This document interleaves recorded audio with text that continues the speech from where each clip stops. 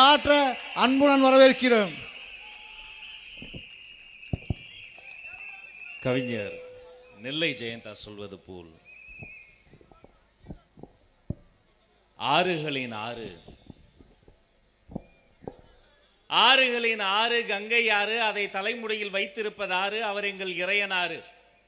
அவரின் மகன் யாரு, கொண்ட முகமாறு, நின்ற படையாறு, அவர் எங்கள் முருகனாறு.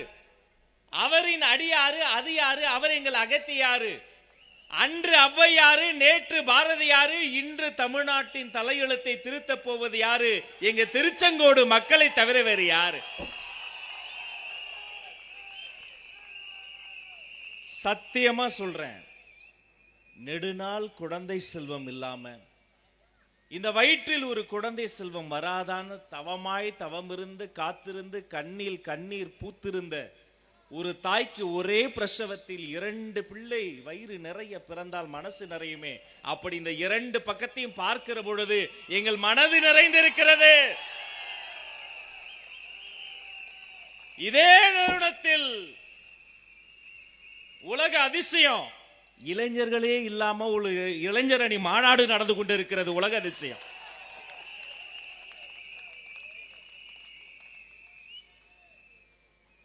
நியூஸ்ல பாக்குறேன், அதே டெய்லர் அதே வாடகை. என்னங்க இது? தளபதி மாதிரியே சட்டை, தளபதி மாதிரியே பேண்ட். தலைவன் யார் தெரியுமா? அப்படி மக்கள் கடல் நடுவர் ராம்ப்ல என் தலைவன் ஏறி வரும்போது ஆண்களும் பெண்களும் அப்படி அந்த சூரியனை பார்த்து சூரியகாந்தி பூக்கள் திரும்பி நிற்பதை போல தவம் இருக்கின்ற போது தனது சிரித்த முகத்தோடு சொக்க தங்கம் தங்க தளபதி கையசைத்து வரும்போது நடுவுல இருக்கும் பாருங்க, அந்த ராம்ப்ல ஒரு மின்னலை போல ஓடி வருகின்ற போது ஆஹா சொல்லும் போதே சிலிர்க்கும். செய்திகள்ல பார்க்கிறேன், அதே மாதிரி அவரையும் கூட்டு வந்து கீழே இருந்து துண்டு எடுத்து வீசி, உணிச்ச ஒருத்தன் வாட்டர் பாட்டில் எடுத்து வீசி. எனக்கு ரமேஷ் மேல கோபம். நான் என்ன சொன்னேன்? நீ எப்படி அவங்கள இப்படி கடுமையா பேசலாம்? மதிப்பிற்குரிய முதல் முறை முதலமைச்சர் அண்ணன் மு.க. ஸ்டாலின் அவர்கள் மாதிரி ஒரு கூட்டத்துக்கு போறாரு. அவர்கிட்ட ஒரு தாய்மார் ஓடி வந்து குழந்தைக்கு பேர் வைங்கயான்றாங்க. அப்படியா? குழந்தையோட அப்பா பேர் என்ன? அந்த அம்மா சொல்லுது ஷேக் அலாவுதீன். அவரு ஓ ஜெயக்கடாவா? அண்ணே, ஜெயக்கடான்னு ஒரு பேர் வைப்பாங்களா? உலகத்துல யாருக்காவது வைப்பாங்களா? ஜெயக்கடாவுடைய குழந்தைக்கு கருணாநிதினு பேர் வைக்கிறேன். அது பொம்பளை குழந்தை. அவர்கிட்ட போய் இது கோட்டருக்கும் கோழி பிரியாணிக்கும் கொட்டும் காசுக்கும் கூடுகிற கூட்டம் அல்ல, அந்த தங்க தளபதியின் திருமுகத்துக்கு கூடுகிற கொள்கை கூட்டண்டாடே. மதிப்பிற்குரிய கண்ணியத்திற்குரிய அன்புக்குரிய எங்கள் மீது பாச மழை பொழியக்கூடிய நகராட்சி தலைவி நளினி அம்மாக்கு ஒண்ணு சொல்லிக்கிறேமா.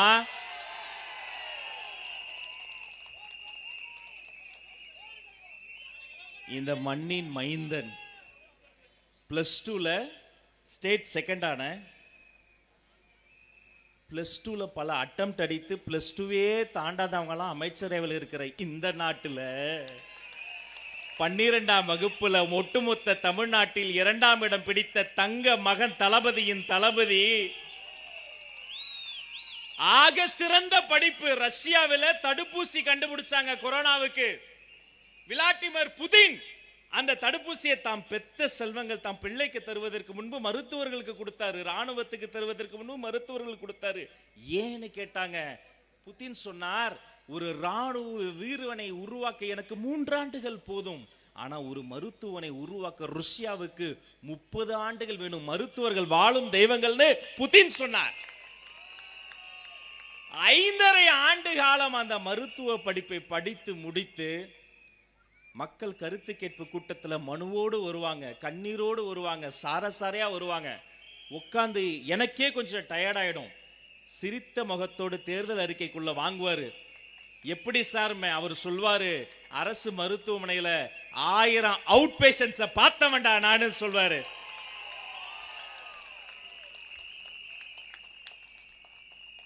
அதன் பிறகு இந்திய துணை கண்டத்திலேயே கடினமான ஒரு தேர்வு, நெகட்டிவ் மார்க்கிங் சிஸ்டம் இருக்கு. ஒரு அட்டெம்ப்ட்ல ஒரு குழந்தை அதை பாஸ் பண்ணவே முடியாது. அப்படியே பிரிலிம்ஸ் கிளியர் பண்ணாலும் டெல்லியில் நடைபெறுகிற அந்த நேர்முக தேர்வில் நீங்கள் கலந்து கொண்டு பேசணும். அதுல கிளியர் பண்ணாலும் அந்த கிளியரன்ஸுக்கு பிறகு மட்டும் ரேங்கிங் சிஸ்டம் இருக்கு. அந்த ரேங்கிங் சிஸ்டம் பிறகு ஒரு ட்ரைனிங் இருக்கு. பின்பு அந்த ட்ரைனிங் முடித்து ஒரு சில பணியிடங்களை அனுப்புவாங்க. இந்தியாவை ஆளுவது அரசியல் தலைவர்கள் என்று நினைத்துக் கொண்டிருக்கிறீர்களே, அல்ல. ஐஏஎஸ் ஐபிஎஸ் நம்மால் முடிச்சார். இந்த ஐஆர்எஸ் அதிகாரிகள் தான் கவர்னன்ஸ் ஆஃப் தி கண்ட்ரி. இந்த இந்தியாவை நிர்வாகம் செய்யறாங்க. +2 முடிச்சாரு, எம்பிபிஎஸ் முடிச்சாரு, ஐஆர்எஸ் முடிச்ச கமிஷனருங்க. நம்ம ஊர்ல இந்த கவுன்சிலருங்க பண்ற பந்தா இருக்கு பாருங்க. ஐயோ, கவுன்சிலர் முந்தா நேத்து வரைக்கும் பொட்டு கடையில முறுக்கு தின்னுகிட்டு இருந்திருப்பாரு, சவுக்கு சவுக்கு சவுக்குன்னு. கவுன்சிலர் ஆயிட்டா கரவேட்டி என்ன, கார்ல உட்காந்துக்கிட்டு விண்டோ வரைக்கிட்டு சல்லு சல்லு, ஆவா நல்லா இருக்கியா நல்லா இருக்கியா நல்லா, யாருமே இல்ல. கரண்ட் கம்பத்தை பார்த்து என்போர்ஸ்மெண்ட் உடைய கமிஷனர் ஆளு ஐஆர்எஸ் டாக்டர் கேஜி அருண்ராஜ். ஒரு நதி இருக்கு பாருங்க, பல கரை தொட்டு மண் தொட்டு மணல் தொட்டு எங்கெங்கோ சென்று கடைசியில் கடல் தொடுவதை போல இந்த நதி பல நதிகளின் கரைகளை தொட்டு கடைசியில் கலந்த பாச கடல் என் தங்க தளபதி என்ற கடலில் கலந்திருக்கிறது இந்த நதி. இப்ப நகராட்சி தலைவிக்கு வாங்க. நம்மால யாரு நான் சொல்லிட்டேம்மா, அவங்க யாருன்னா அவங்க கிட்ட கேட்டுக்க. என்ன கேட்டாரு, ஏன் வேலை சரியா நடக்கல, ஏன் தூய்மை பணியாளர்களுக்கு பிரச்சனை இருக்கு. வந்துச்சு பாருங்க அவங்களுக்கு கோபம். அவங்க வெளியில நகராட்சி மன்றத்துல அவங்க செஞ்ச சாதையை சொல்லணும், திட்டங்களை சொல்லணும், சட்டங்களை சொல்லணும்.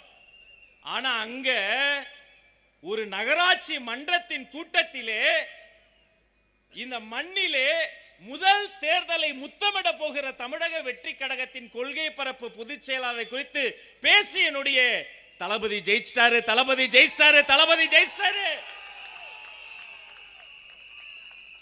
எங்களை எல்லாம் நீங்க கேள்வி கேட்காதீங்க. அது முன்னாடி உள்ள மைண்ட் வாய்ஸ் தெரியுமா, எங்களை எல்லாம் கேள்வி கேட்காதீங்க, ஐயா விட்டுருங்க, ஐயோ விட்டுருங்க, நீ விட்டுருங்க. அதிகாரம் என்பது என்ன, பிறப்புக்கும் எல்லா உயிர்க்கும். இதே மேடையில் எத்தனையோ பேச்சாளர்கள் இருக்கின்ற போது நான் சத்தியமா சொல்றேன், இது பொய்யில்லை, மேடைக்காக சொல்லல. 2 நாட்கள் முன்பு இந்த மேடையில் ராஜ்மோகன் கட்டாயமாக ஒரு பெண் நிர்வாகி பேச வேண்டும் என்ற தேன்மொழியை வரையறுத்த ஒரு மனிதர் இந்த அருண்ராஜ் ஐஆர்எஸ். பெண்கள் அரசியலுக்கு வரணும், நேர்மையா இருக்கணும், கர்வமா இருக்கணும், அறமோடு இருக்கணும், அன்பாக இருக்கணும், பண்பாக இருக்கணும், நம்ம தங்கச்சிய மாதிரி இருக்கணும், எங்க தாய்மார்களை மாதிரி இருக்கணும். செய்த தவற மூடி மறைக்கிற அவங்கள மாதிரி இருக்க கூடாது. சேலத்திலே ஒரு இஸ்லாமியர் பேரு ஜுபைர் அகமது, அவர் திருமதி பேர் அத்தியா பானு.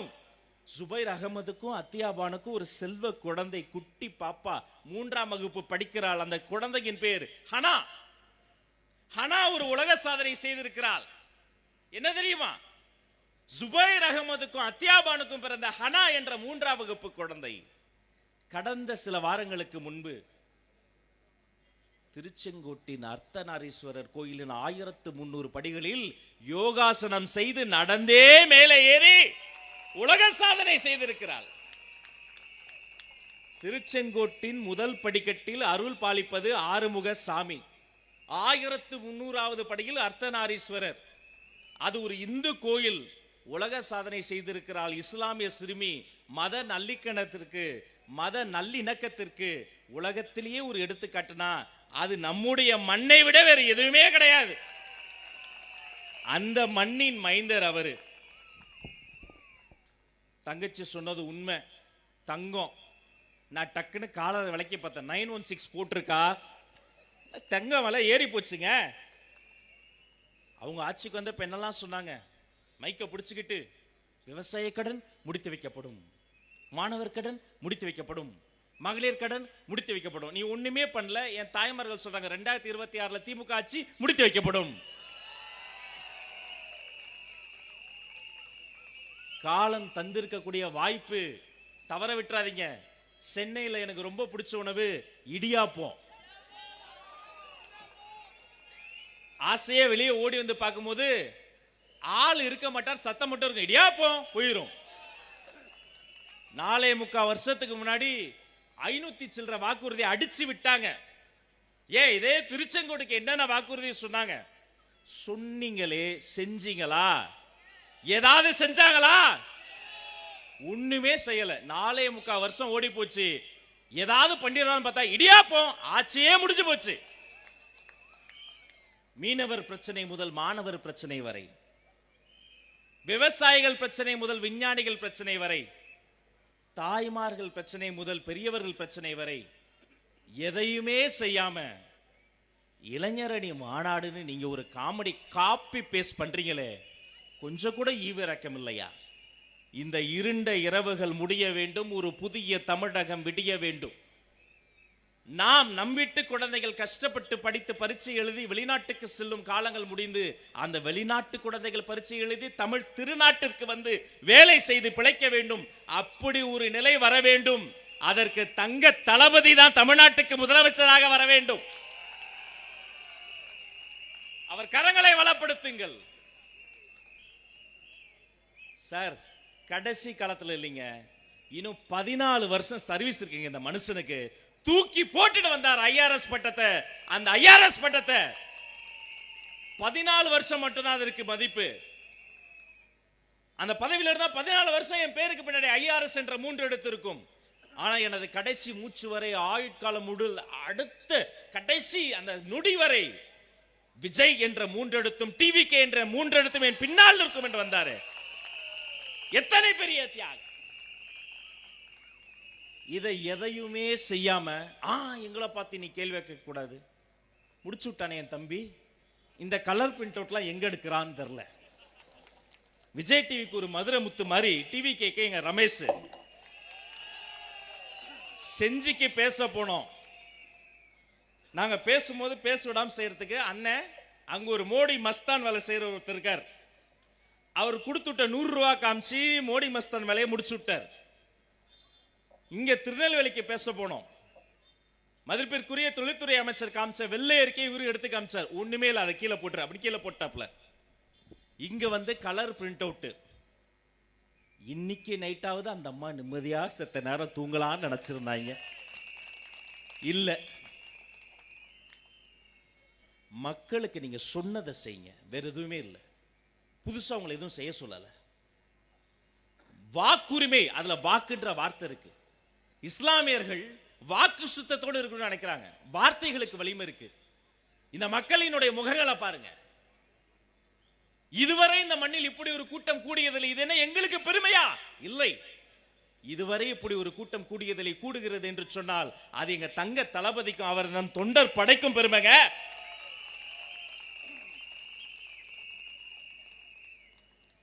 வேறு எந்த கட்சிக்கும் எத்தனை பெண்கள் எத்தனை மணிக்கு வந்து கூடியதாக சரித்திரத்தில் நடந்ததே இல்லை. தமிழக வெற்றி கழகத்திற்கு மட்டும்தான் நடந்து கொண்டிருக்கிறது. தங்கச்சி சொன்னாங்களே, இதுக்கு முன்னாடி கூட்டத்தில் பேசும்போது ஒரு செய்தி. அங்க ஒரு சிஸ்டர் வந்தாங்க. அண்ணே, எனக்கு தலைவர்னா பிடிக்கும், மதுரை மாநாட்டுக்கு நான் பார்க்க வந்தேன். 15 லட்சம் பேர் நடுவுல நான் கஷ்டப்பட்டு முட்டி மோதி ரேம்ப் பக்கத்துல வந்துட்டேன். அந்த நடைபாதை, அந்த நடந்து செல்கிற சிவப்பு கம்பள விரிப்பு பக்கத்துல வந்தேன். அது ஒசரமாக இருந்தது. தலைவரின் திருமுகம் என்னால் பார்க்க முடியல. எனக்கு அழுகை வந்தது, அழுதேன். அந்த நொடி நான் யோசிச்சேன், சுத்தி இத்தனை லட்சம் ஆண்கள் இருக்காங்களே, நம்ம தனியா நிக்கிறோமே. அடுத்து என்ன தெரியுமா நடந்தது? நான் அழுவதை பார்த்தவுடன் தமிழக வெற்றி கழகத்தில் இருந்த அத்தனை தொண்டர்களும் தங்கச்சி என் தோல் மேல ஏறி நின்று என் தெய்வத்தை பாருமானு ஏத்தி நின்று காப்பிட்டாங்க. ஐயோ, சல்லிக்கட்டு பண்பாட்டு போராட்டத்தில் 10 லட்சம் பேர் திரண்டிருந்த போது, மெரினா மண்ணிலே நாங்கள் அமர்ந்திருந்த போது, நள்ளிரவு நேரத்தில் எங்க தங்க தளபதி வந்திருந்த போது, வடநாட்டு ஊடக மைக்கை எடுத்து வந்திருந்த போது, அங்கு சுத்தி இருந்த ஆண்களுக்கு மத்தியில் தங்கி இருந்த ஒரு பெண்ணிடம் மைக்கை நீட்டி அந்த ஒளிவாங்கியில் கேட்கிறாள், உனக்கு பயமாக இல்லையா என்ற போது அந்த பெண் அன்று அங்கு சொன்னது இன்று எனக்கு நினைவுக்கு வந்தது. எனக்கா பயமா? என் தாயின் கருவறையில் இருப்பதை போல இந்த அண்ணன்கள் நடுவில் நான் இருக்கிறேன் அந்த பெண் சொன்னா. ஒரு தாயின் கருவறை போல இந்த கூட்டம் இருக்கிறது. எங்களுடைய பெண்கள் பாதுகாப்பாக இருக்கிறார்கள். இந்த பாதுகாப்பு இந்த கூட்டத்தில் மட்டும் இல்ல, நாட்டுக்கும் வேணும். செய்திகளை பார்க்க முடியலமா, தலைப்பு செய்திகள்லாம் மலைப்பு செய்திகளாக இருக்கிறது. திரும்பிய திசையெல்லாம் சட்டம் ஒழுங்கு சந்தி சிரிக்கிறது. இதை முடித்து வைக்க வேண்டும். இதே துப்புரவு தூய்மை பணியாளர்கள் 10 நாட்கள் உண்ணாநோம்பு இருந்து சொட்டு நீர் அருந்தாமல் கிறங்கி போய் மயங்கி போய் கடந்த போது சென்னையிலே ஓடோடி போய் அவர்களின் பாதங்களை கண்ணீரில் கழுவினேன். அவங்க கையை பிடிச்சு ஏமா இவ்வளவு வருத்திக்கிறீங்கன்னப்பா அவங்க உன்னே தான் கேட்டாங்க. எங்களுக்கு என்ன தெரியுமா வேணும்? நாங்கள் இழந்து விட்ட மானம் வேண்டும், மரியாதை வேண்டும், அரசாங்க ஊதியம் வேண்டும், உரிமைகள் வேண்டும், எங்களுக்கு சரிசமமான பங்கு வேண்டும், அதிகாரம் வேண்டும். இத்தனையும் எல்லோருக்கும் வேண்டும். அதற்கு தமிழ்நாட்டில் 2026 தங்க தளபதியினுடைய ஆட்சிதான் வேண்டும். தம்பி, உனக்கு எந்த சந்தேகமும் வேண்டாம். விசில் சின்னத்தை அண்ணன் தான் ஊத போறாரு.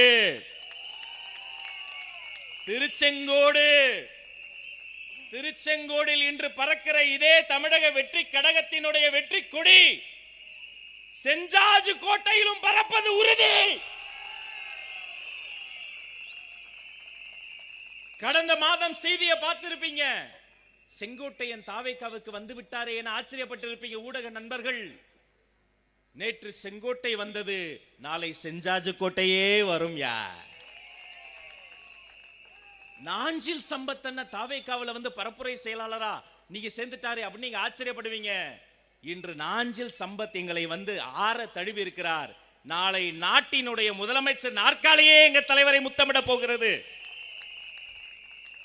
இனி எங்கு உங்களுக்கு எந்த ஆபத்து வந்தாலும், பெண்களுக்கோ ஆண்களுக்கோ இளைஞர்களுக்கோ குழந்தைகளுக்கோ தூய்மை தொழிலாளர்களுக்கோ, ஏன் அந்த நகராட்சியில் இருக்கக்கூடிய நண்பர்களுக்கு ஆபத்து வந்தா ஓங்கி ஒலிக்க வேண்டிய ஒரே சத்தம் விசில் சத்தம்.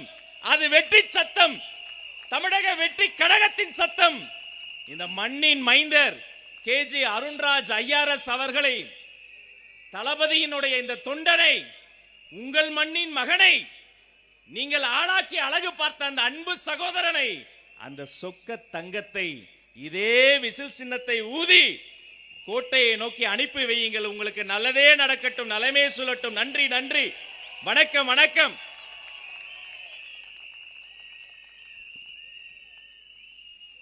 முதல் முறையாக என் பேச்சாளர்கள் குறித்த நேரத்தில் பேசி முடித்திருக்கிறார்கள். இதுவே ஒரு சான்று. பெரியவர்களுக்கு நாங்க எப்படி மதிப்பு தரோன்னு. அடுத்த அமர்வு இத்தனை நேரம் பேசிய எனக்கே துண்டு சீட்டா. இத்தனை நேரம் பேசிய அத்தனை பேருக்கும் பாராட்டு. கவிஞர் கதிர், அது அவருடைய அரங்கேற்ற மேடை. அந்த கவிஞருக்கு ஒரு கைத்தட்டு.